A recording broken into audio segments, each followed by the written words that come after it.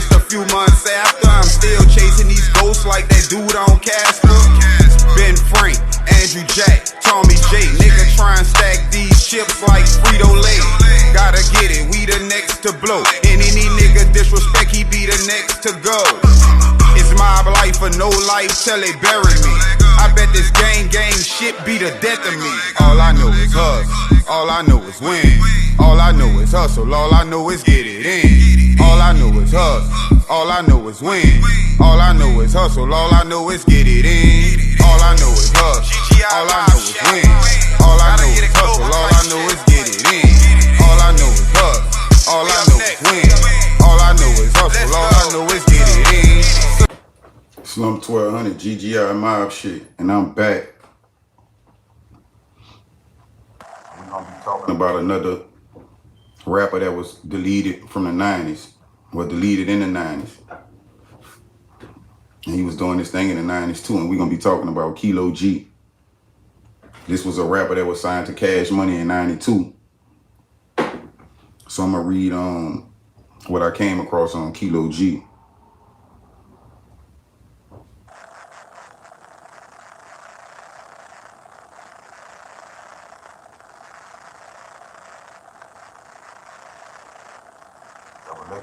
Something about him.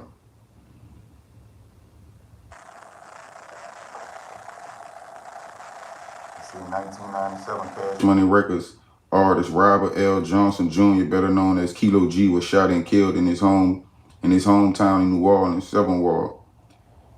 Kilo was one of the first artists on Birdman's then fledgling record company, when he dropped his debut album, The Sleepwalker, in 1992, at the age of 15. While New Orleans was dominated by the bounce scene, Kilo identified more with the horrorcore subgenre of hip-hop. The album sold a few thousand copies independently. He would go on to put out his second and final album, The Bloody City, in 1995.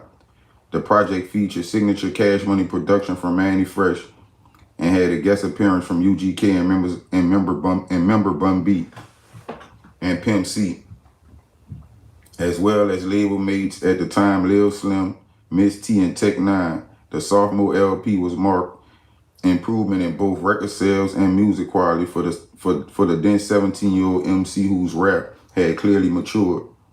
Kilo G was well on his way to being an integral player in the growing Cash Money roster when he was tragically struck in 1997. The promising talent passed away from gunshot wounds after an assailant shot him in his New Orleans home on January 15, 1997. He was 20 years old and had left behind 2 children. It is unclear if the case was ever solved. As if one tragic wasn't enough, the Cash Money Millionaires, another artist on the roster, would be killed that year when Yellow Boy of UNLV was also shot to death in the city of New Orleans. So I'm gonna read something else from y'all that I found on Kilo G, because a lot of y'all probably ain't even know about Kilo G. So, you know what I'm saying? I'm basically just lacing y'all up on a few other artists from the city, you know what I'm saying, and what they was into and what was going on with them.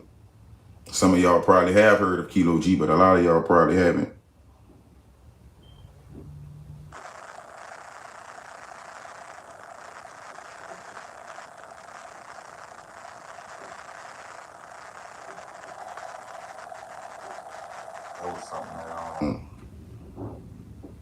That was something that Double X wrote that I just read. All right, here you go. This is what I was reading at first. So it said Robert L. Johnson Jr., born on August 28, 1976, better known by his stage name as Kilo G, was a gangster rap artist from New Orleans, Louisiana. Kilo G was the first rapper to be signed to Cash Money Records label and released his debut album in 1992 at the age of 15. His sophomore album, titled The Bloody City, gained him massive success in 1995. He was shot and killed in New Orleans in 1997. They say born Robert L. Johnson on August 28, 1976. He was raised in Algiers, New Orleans, in the Algiers, New Orleans neighborhood.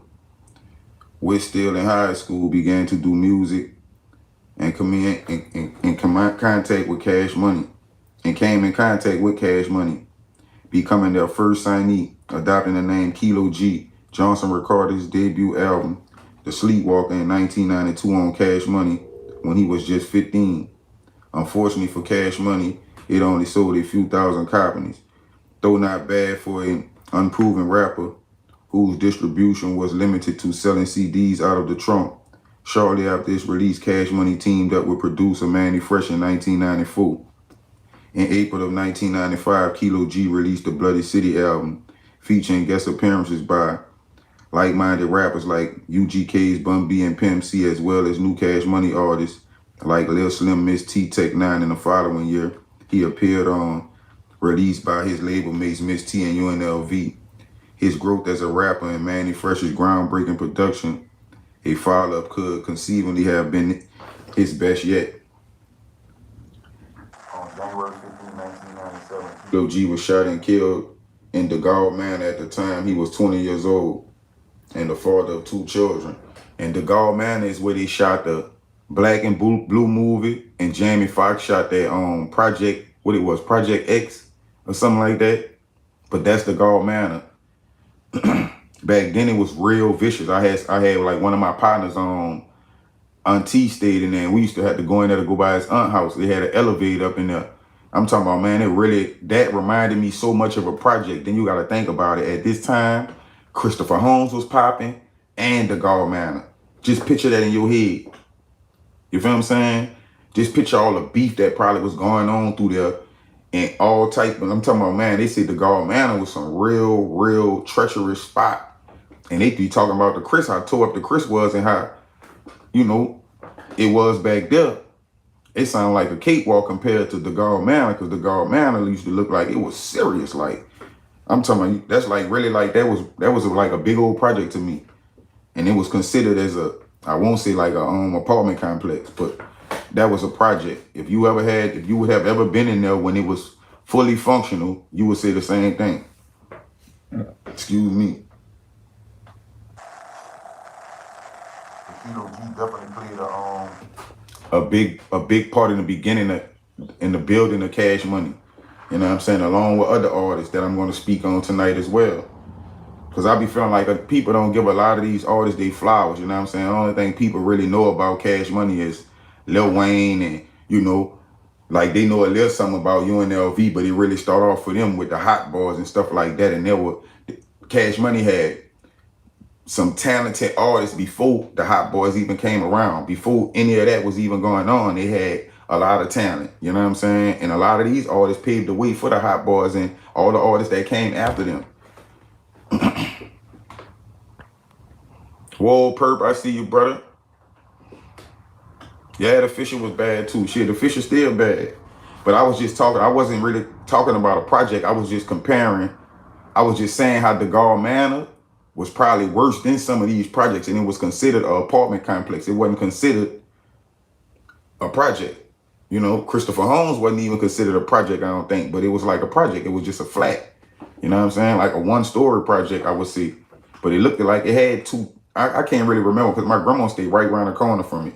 I used to walk past it, going to Evergreen store. You know what I'm saying? Plenty of times, you feel me? And I even know a couple of people from back there.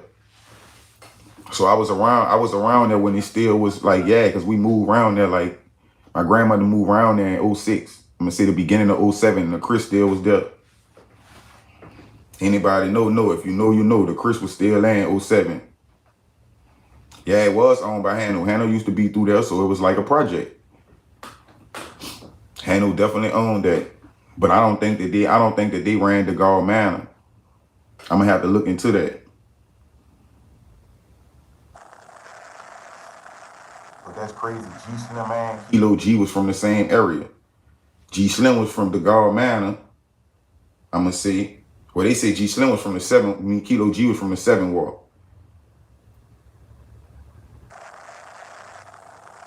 But he got killed in DeGaulle Manor in Algiers, and G Slim was from the little Christopher Holmes right next door to the Gall Manor. So he was basically from the project right across from the Gall Manor. So, you know, these two incidents could have been linked. You know what I'm saying? We don't know.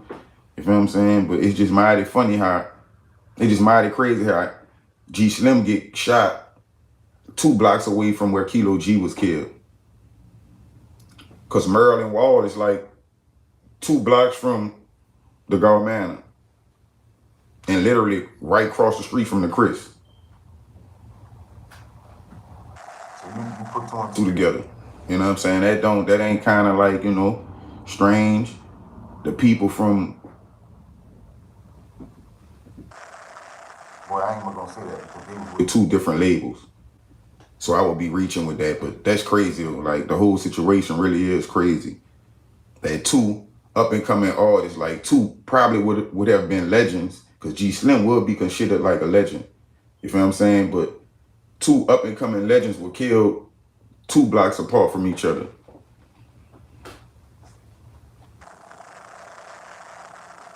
That's crazy. Because G Slim was killed in 95, 96. And he was killed in 97. Probably wasn't even a year apart. But y'all get in that comment section, man.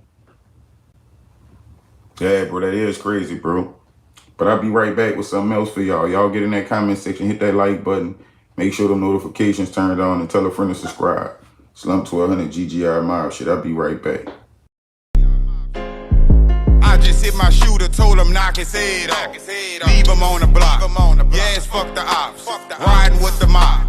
Lock up in my pop. 30 in the Glock. That's about 100 shots. I get it out the mud, or I get it in blood. Yeah, I'm the blood. Show love like Bug. Trying to get my family and my niggas out the hood. Pedal to the metal, roller op up in the wood.